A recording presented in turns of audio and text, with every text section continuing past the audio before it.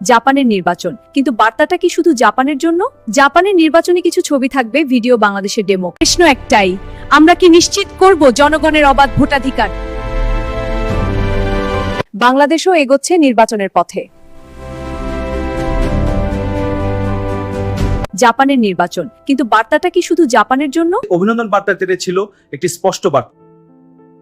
গণতন্ত্রের শক্তি আসে জনগণের আস্থা থেকে, কারণ গণতন্ত্র মানে শুধু ভোট নয়, গণতন্ত্র মানে বিশ্বাস। প্রশ্ন একটাই, আমরা কি নিশ্চিত করব জনগণের অবাধ ভোটাধিকার?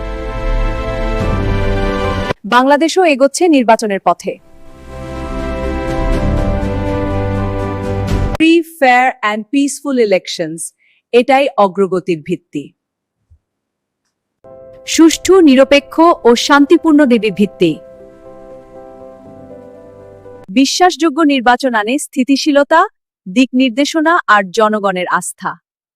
信頼できる選挙は安定と方向性。そして国民の信頼を持たのです。この選挙が未来を決める。 একটি অভিনন্দন বার্তার ভেতরেও লুকিয়ে থাকে গণতন্ত্রের বড় শিক্ষা। হ্যাঁ, আমাদের গণতন্ত্রের মূল ভিত্তি। জাপানের নির্বাচন, কিন্তু বার্তাটা কি শুধু জাপানের জন্য? জাপানের নির্বাচনে কিছু ছবি থাকবে, ভিডিও বাংলাদেশের ডেমো। জাপানের নির্বাচন বাংলাদেশের জন্য একটি শিক্ষা।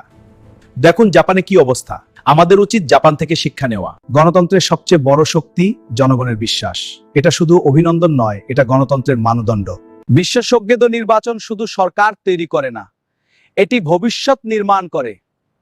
বিশ্বাসযোগ্য নির্বাচন শুধু সরকার ক্যারেক্টার করে না। কিছু ছবি দিয়ে দিও। একটি অভিনন্দন বার্তার ভেতরেও লুকিয়ে থাকে গণতন্ত্রের বড় শিক্ষা। হ্যাঁ, আমাদের গণতন্ত্রের মূল ভিত্তি।信頼できる選挙は安定と方向性。そして国民の信頼を持たのです。この選挙が未来を決める。